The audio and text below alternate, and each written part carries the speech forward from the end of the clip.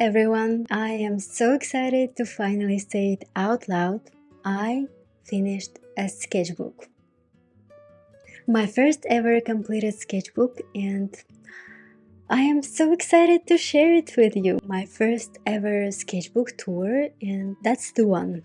Filled with sketches, studies, portraits, and it took me quite a while, 1 year and 3 months to be exact. So I started it in March 2024, now it's May 2025. That makes it a year and 3 months. So it's a Moleskine sketchbook 8 by 5 inches in size, and I will link it along with other art supplies I used in it down in the description for you to check it out. And I used quite a lot of art supplies in here. My name is Kate, welcome back to my YouTube channel. In this video, I will go through every single page, commenting on the drawings, revisiting my memories, and maybe pointing out some mistakes I see now, talking about things I should have done differently or something like that. There are some beautiful pages, there are some ugly ones, and I believe that's how it should be. It's not polished, not perfect, but hopefully you will find this video inspiring, insightful, or at least just interesting to watch. So let's get started. Here's the first spread. I went for eyes because I believe I'm pretty good at drawing them and I simply enjoy it. It's something I doodle whenever there is a piece of paper and a pen nearby, and I love the result, especially this eye with super long, nicely drawn lashes. Good start. Here is a portrait of Joaquin Phoenix, and I was taking a course. This is the result of one of the lessons. I like how I listed all the colors I used. It's a good practice, and I love the hatching and the highlights. I'd say I drew his eyes a bit too big, but other than that, I like the result. Nice work. Here is another portrait I drew during the course. I think it looks nice, but there is this feeling that I can't quite let myself feel proud because it's not fully my own work. I was following a lesson and it's a bit different, but I don't know. What do you think about it? The portrait itself is pretty handsome, pretty beautiful, I'd say. The next spread I wanted to dedicate to travels. It was around the time I went on a trip with multiple flights. At some point I realized something was off, and I decided first I needed to choose the colors and only then draw. It worked, and I like this little picture much more than others. Preparation is often the key, and I'm guilty of skipping that step. This next page is full of random things. Some I saw in real life, except for the bags. For those I used a reference because I wanted to draw those subtle paper bag wrinkles, and it kind of looks natural. I really like how I drew the flowers here, so cute. Kind of cute spread, right?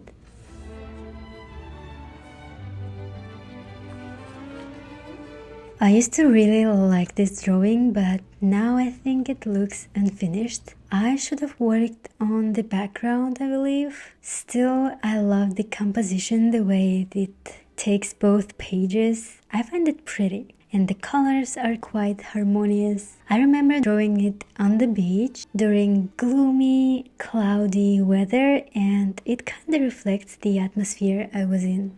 Here is another spread, and I adore this cat. It's a rare case where I did not overwork my colored pencil sketch. Unlike this face here, I clearly remember it looked nicer before, but I kept adding more layers, and I realized a long time ago that I struggle to stop on time. I'm always looking for ways to improve a drawing, but it often leads to an over-detailed, even muddy-looking result. I'm still working on this issue, and I've definitely made some progress. Oh, I love these two portraits. Warmth and coldness juxtaposed like the sun and the moon. I think I did pretty well here. I remember one negative comment someone left about this portrait, which I think is beautiful, the portrait. So they say I could have drawn it better. It stung a little, but only a little, because I was actually quite satisfied and confident in the result. Here is the first introduction of gouache in this sketchbook. It's just okay, nothing special here. I painted the right page this way to cover some marker bleed through. I really don't like how alcohol markers bleed through, and that's a good idea. I've used it more times and it always works. I love the idea of this spread. The challenge was to pick 10 photos from my camera gallery and combine them into a cohesive collage. I even recorded a video for YouTube drawing this spread, and then I hit it. I guess I was a bit nervous and anxious at the time to draw on camera, and it didn't really turn out the way I wanted, but I love the idea. I recommend you to try that out, and I will do the same.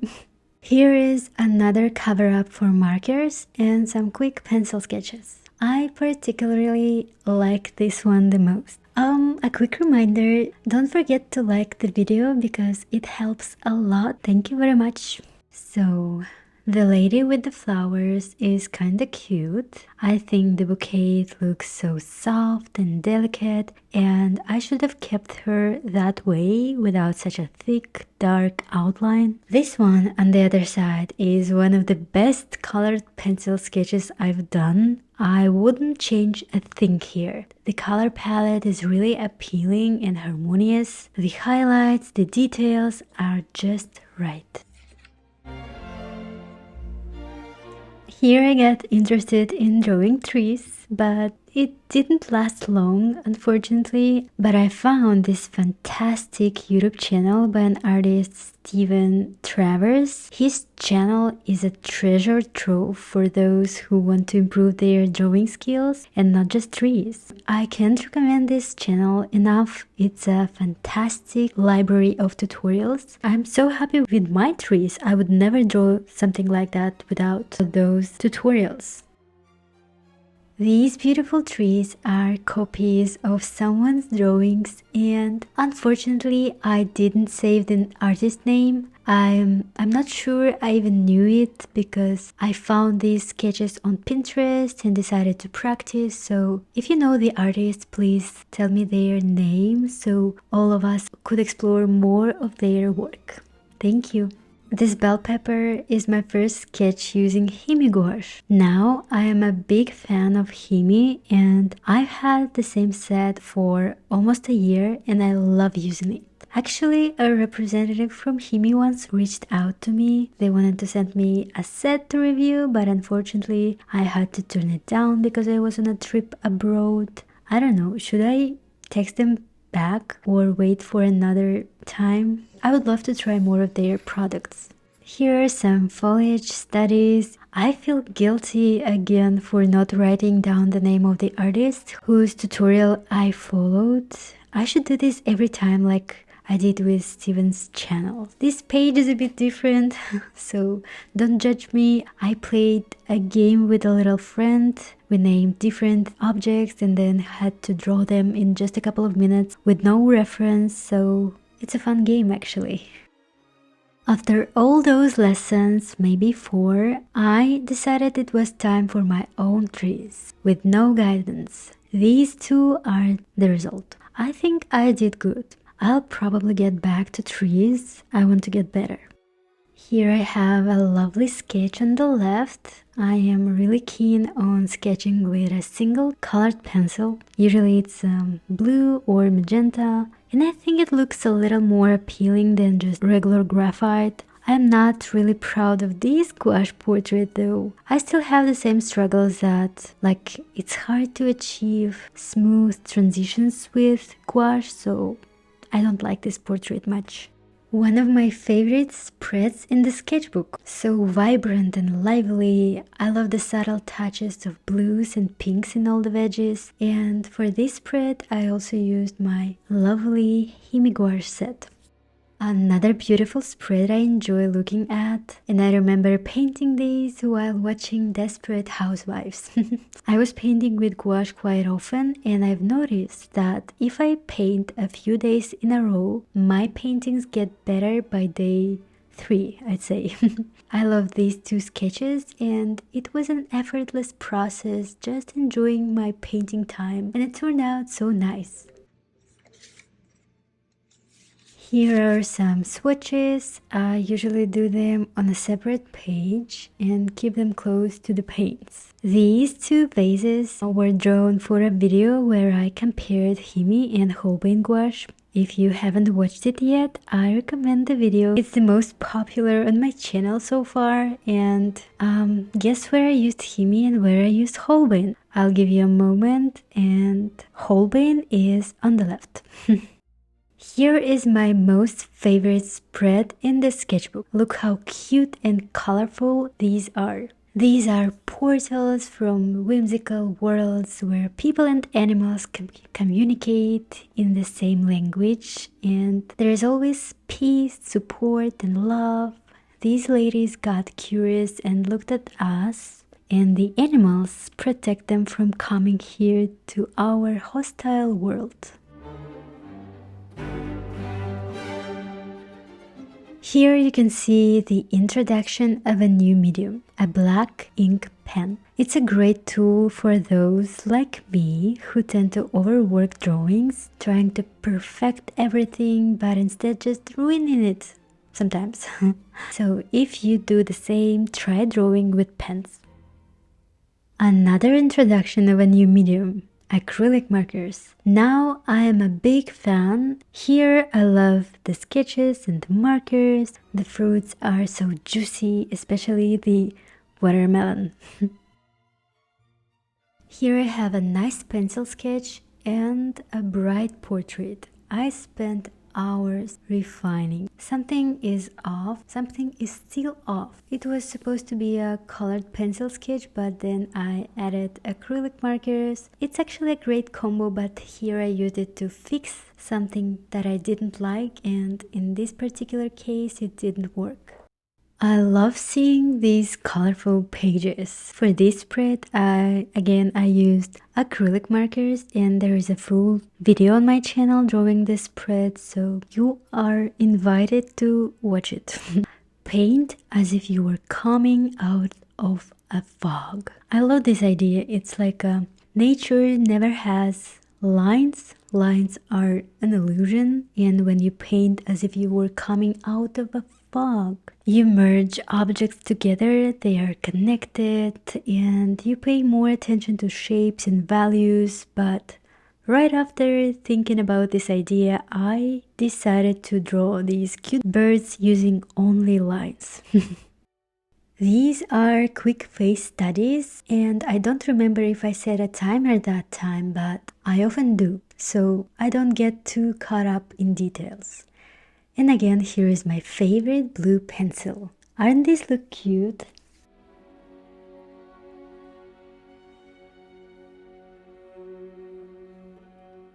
Here are acrylic marker portrait studies. I love this. Although I remember it wasn't easy at first. It takes time to get used to using acrylic markers for portraits. Somehow it was much easier to draw anything but faces. I got better at it, and you will see it in the upcoming pages.